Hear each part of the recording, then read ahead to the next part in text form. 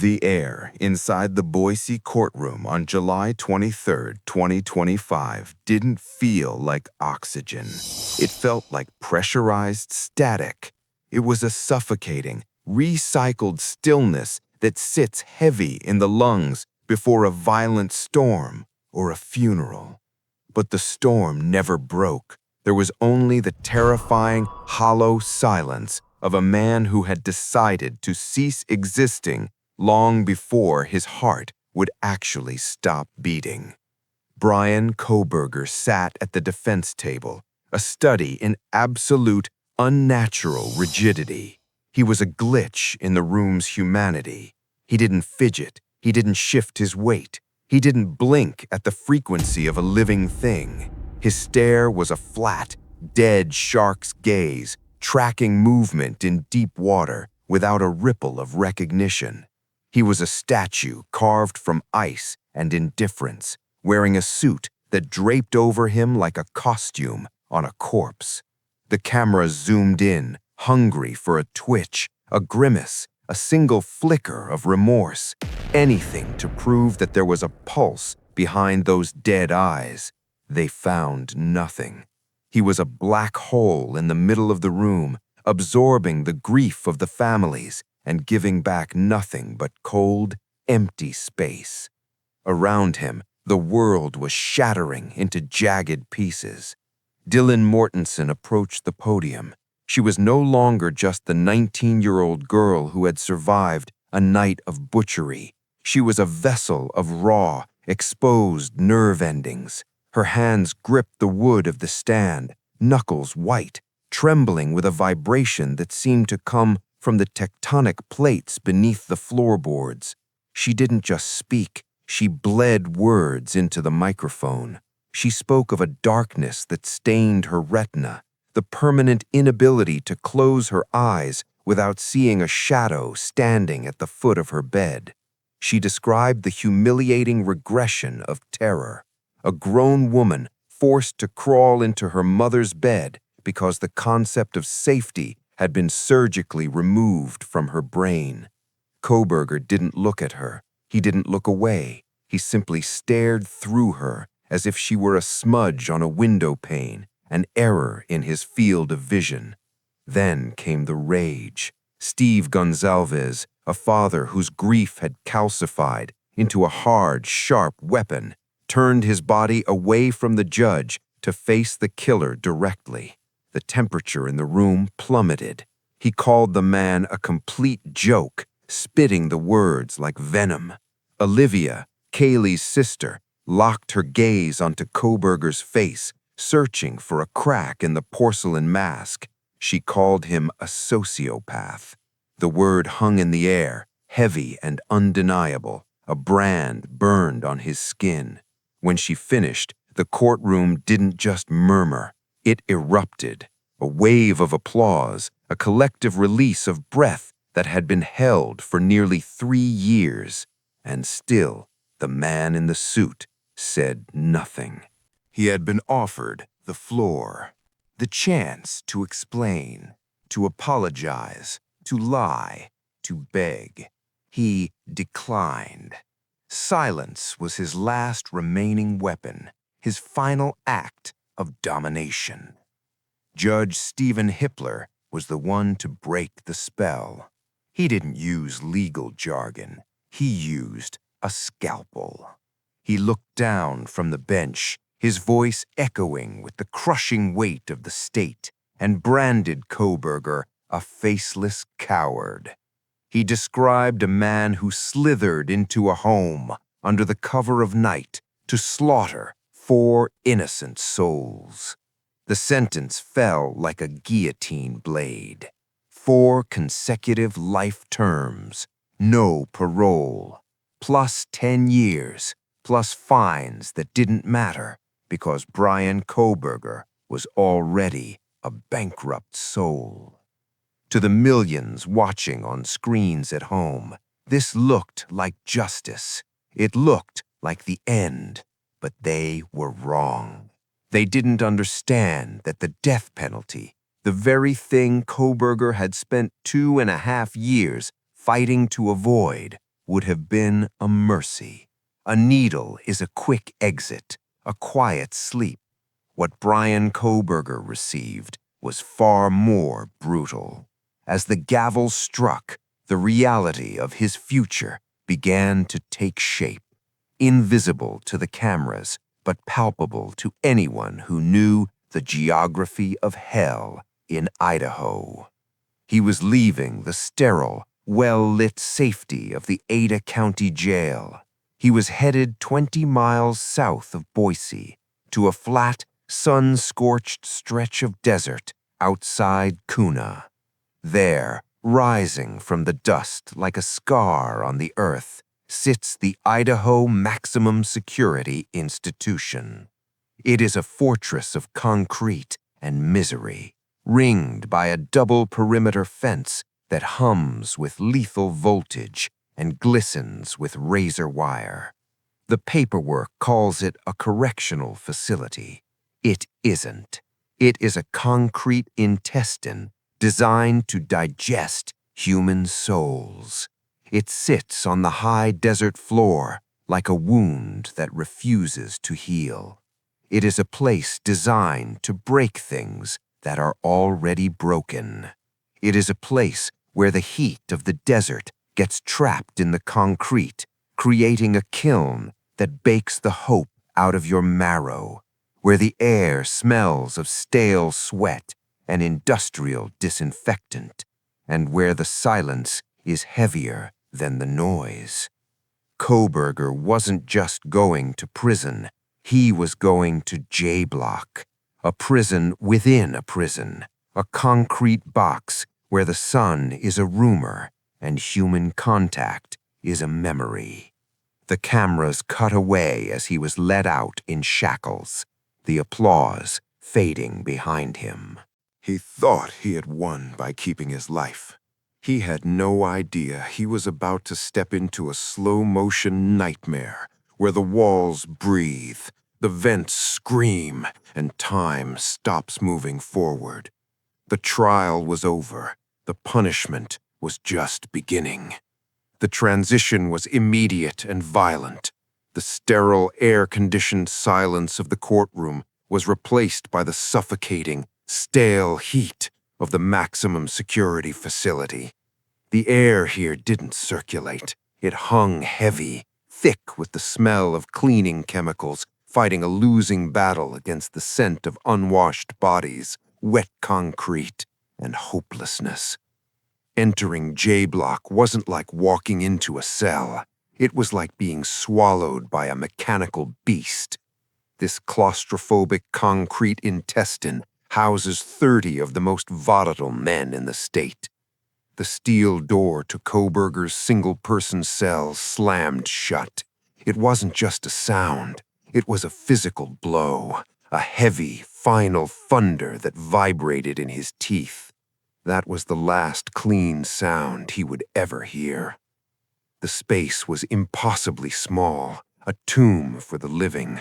The walls were painted a color that wasn't quite white, not quite gray, a hue designed to offer the eye no rest, no stimulation. But the true horror wasn't the isolation.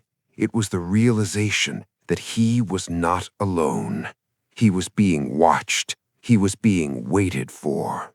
The other inmates on J-Block, men like Chad Daybell, a prophet of doom who buried children in his backyard, and Thomas Creech, a serial killer with half a century of prison rot in his veins, knew he was coming. In the twisted ecosystem of maximum security, Brian Kohberger was fresh meat. He was a celebrity in the worst possible sense. He was the man who stayed silent, the man who thought he was smarter than the room. And here, intelligence meant nothing. Brutality was the only currency.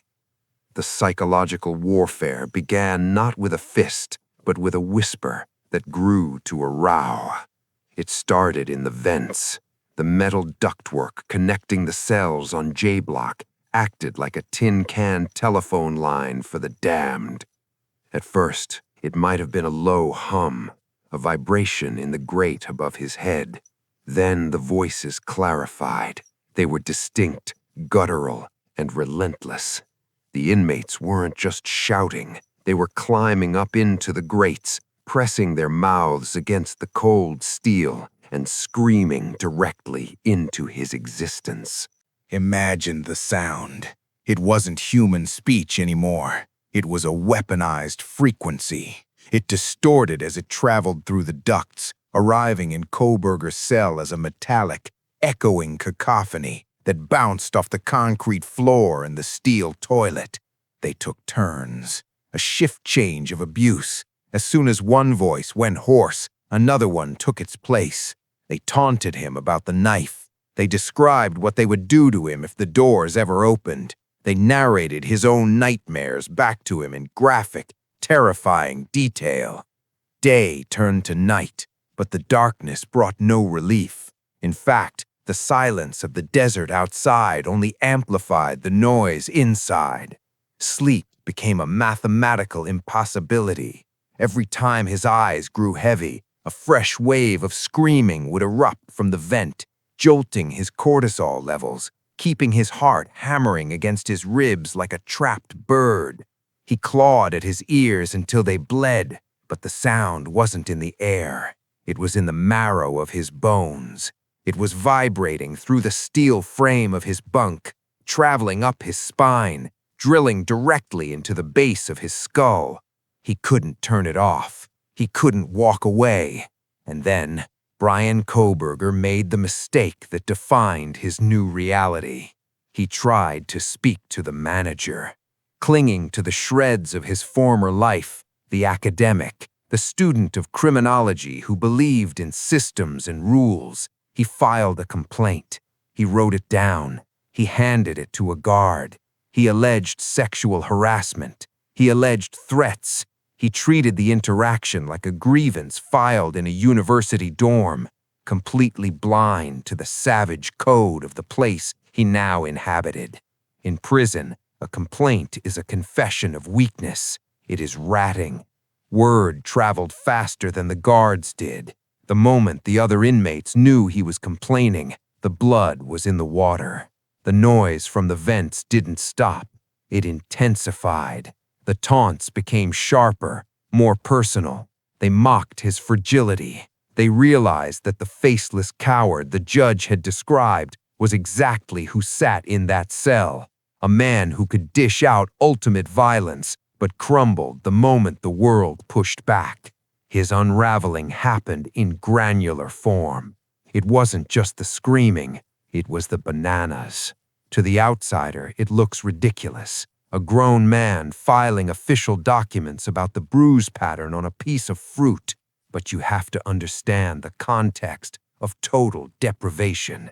He screamed at the guard over a bruise on a banana, not because he was hungry. He screamed because that yellow peel was the last square inch of territory on earth he thought he could command.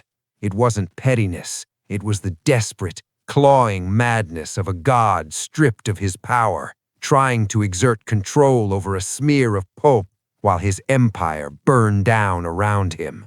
He was locked in a box, starving for silence, while the men in the cages around him feasted on his fear. The control he had exerted in the courtroom, the power of his silence, had evaporated. Here, his silence was nothing. The walls were talking, and they were screaming his name. The psychological erosion didn't happen in a straight line. It happened in a spiral. By December 2025, 5 months into a sentence that stretched towards infinity, the walls of the cell seemed to have physically moved closer. The air in J-Block had a weight to it, a pressure that pressed against the eardrums even when the shouting stopped. But the shouting never truly stopped. Desperate for a lever to pull, desperate for the world to look at him with fear rather than contempt, Koberger played his final card. He didn't scream, he calculated. He informed the guards with the cold, detached precision of a medical report that he intended to harm himself. It was a strategic move. In the world he used to inhabit, the academic world, the courtroom, a threat like this would stop the machinery. It would trigger emergency protocols, compassionate intervention, a transfer to a psychiatric ward with softer beds and quieter halls. He was trying to force the prison's hand, to make them blink. But the Idaho Maximum Security Institution does not blink. The response was not panic. It was bureaucratic, mechanical, and humiliating. The guards didn't rush in with sympathy. They arrived with a turtle suit, a heavy, green canvas straitjacket that smells of other men's sweat.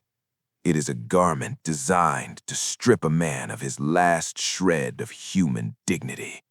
They removed his clothes. They removed his sheets. They removed the very darkness he tried to hide in. The lights in the cell were cranked up to a clinical, blinding white and left on 24 hours a day. He stood there, wrapped in the heavy, humiliating fabric, shivering under the relentless artificial glare, and realized terrifying truth. He was not a patient. He was not a high-profile puzzle to be solved. He was inventory. He was item number 143567, a malfunctioning unit that needed to be stored, not fixed. And then the vents came alive again. The inmates on J Block knew, in a place where secrets are the only currency, nothing stays hidden.